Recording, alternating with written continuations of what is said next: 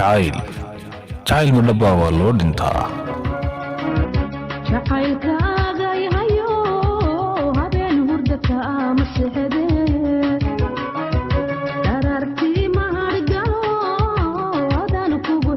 su-aashan markaa dadka weydiiso ayaa dad badani ku odhanayaan maxaa loo dhintaa jacaylku meesagaaba wax jira ah, halka dad kalena ay ku odhanayaan cilmigoo dhariba waa kii u dhintay jacayl dartiis.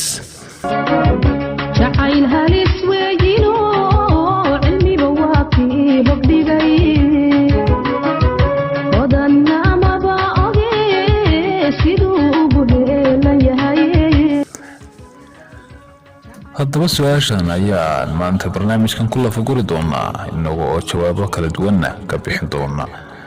inta aan barnaamijka aanan u gudagelin, haddii ay booqashadaadii koowaad tahay fadlan subscribe saar channelka Gabaldaya Media Production si aad ula socoto muuqaalada dambe aan soo gelino. fiidiyowgana like garee, siina share garee oo gaarsiiya asxaabtaada.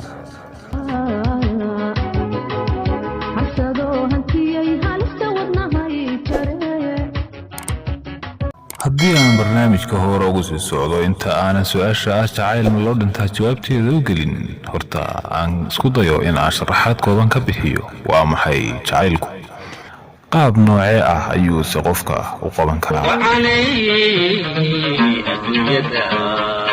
intaan weligay noolahay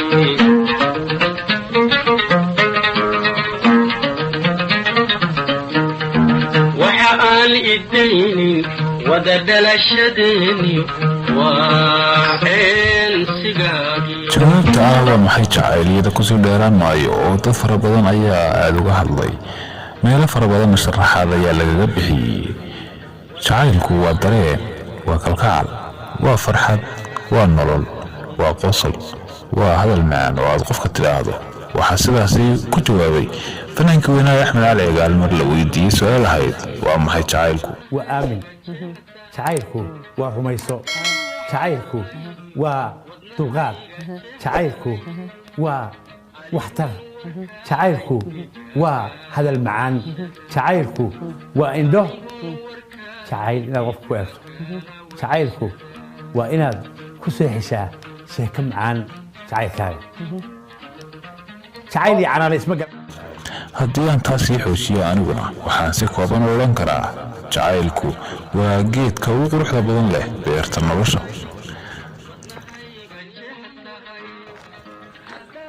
haddaba jacaylka ayaa qaabab kala duwan qofka ugu dhici karaa.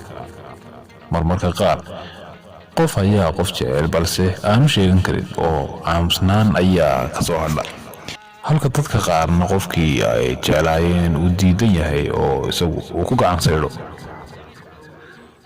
inta badan labada marxaladood ayaa ay dadku u badan yihiin, inkasta oo ay jiraan laba qof oo si dhab ah isu jecel oo weliba meel ku wada nool, walow ay aad u yar yihiin. dad jacayl wadaago weji kala sugayo, walaalaha isdoortaa ma wiiqan kalgacalkee.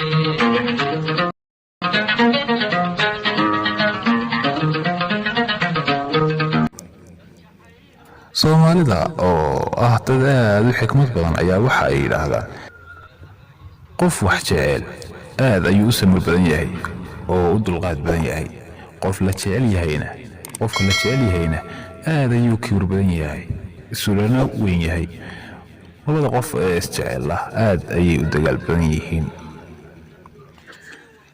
taasi waa xaqiiq oo qofku marka uu qofka jecel yahay wax kasta oo uu ku sameeyo aad uu ka dulqaadanayaa waana u samrayaa, waayo isaga ayaa wax jecel. qofka la jecel yahayna waa uu kibir badan yahay oo qofka sida doona ayuu ugu kibrayaa, hadal kasta oo qallafsan ayuu ku odhanayaa, ballan walba waa uu u jarayaa, ileen waxba kama gelin. labada qof ee isjecela aad ayay u dagaal iyo buuq badan yihiin, waayo mid kastaba waxa uu isleeyahay inta uu qofkan kale ku jecel yahay inta aad jeceshahay adigu ayaa ka fara badan. intaasi haddii aan kaga soo noqdo sharaxaadii koobnayd aan ka bixinaynay waa maxay jacaylku, aanu imaado jacaylku wax ma dili karaa ama jacayl ma loo dhintaa. jawaabta su-aashaas haddaba inta aanan bixin, haddii aad qof doctora ama dhakhtar ama caafimaadka wax ka yaqaana aad u timaado oo aad su-aasho haddii uu qofku seexan waayo, wax cuni waayo, wax cabbi waayo, qosli waayo, farxi waayo, isku buuqo, welwelo, walbahaaro, had iyo goorna uu dadkii rafiiq ahaa ka hadho, uu keligii meel isku xidho, uu noqdo qof dadka ka xidhxidhan, ma noolaan karaa qofkaas? haddaad weydiiso dhakhtarka, jawaabta uu ku siinayaa waa maya, ma noolaan karo. haddaba qofka jacaylkaas dhabta uu u hayo, haddii uu qofkii uu xalmaday heli waayo, waxa uu la kulmayaa dhammaan marxaladaha aynu soo sheegnay dhammaantood. haddaba haddii qofku intaas oo marxaladood uu la kulmo, waxaa hubaala in aan nolol u suurtogelin. haddaba sidaas si la mid ah jacaylkuna qofka intaas oo marxaladood ayaa uu marsiiyaa. dabadeed marka uu qofku seexan waayo, waxna cuni waayo, waxna cabbi waayo, miisaanka jirkiisii ayaa hoos u dhacaya, difaaciisii ayaa hoos u dhacaya, dheefiidkiisii ayaa istaagaya, dhammaan nafaqada ayaa ka istaagaysa. kadibna waxa uu u nuglaanayaa xitaa kun cudur oo kale in ay soo wajahaan. marka haddaba sababta uu jacaylku qofka u dili karo ayaa taasa. والبهار كبرتو ويا أراك هدان أهي وانتو بماي. haddaba qodobkeena ugu dambeeyay barnaamijkeena maanta waxa uu noqonayaa, haddii uu qofku jeclaado ama uu kulaaho waan ku jeclahay, ha isku dayin inaad niyadda ka jabiso oo aad intaas oo marxaladood marsiiso qof bini aadan ah.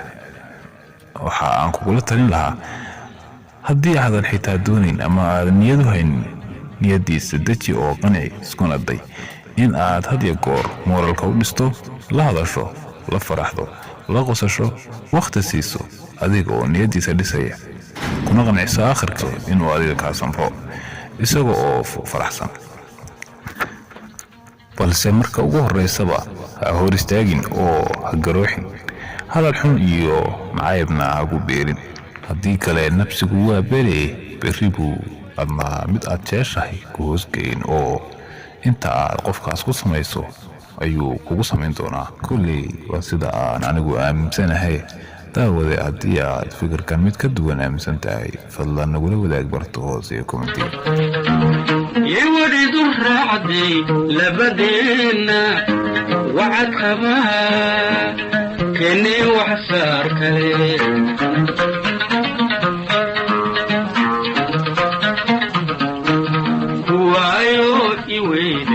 وايو يويدي بي وذكر كني وايو يويدي بي وذكر كني. aad ayaad u mahadsantihiin asxaabteenna Gabalday Media Production. barnaamijkeennan maanta intaas ayaan kusoo gabagabaynaynaa. barnaamij la mid ah inta aynu ku kulmi doono waa anigoo ah Garaad Xasan oo idin leh salaamu calaykum waraxmatullaahi wabarakaatu. kuwaayo iweynay may wada jirkeeni kuwaayo iweynay may wada jirkeeni.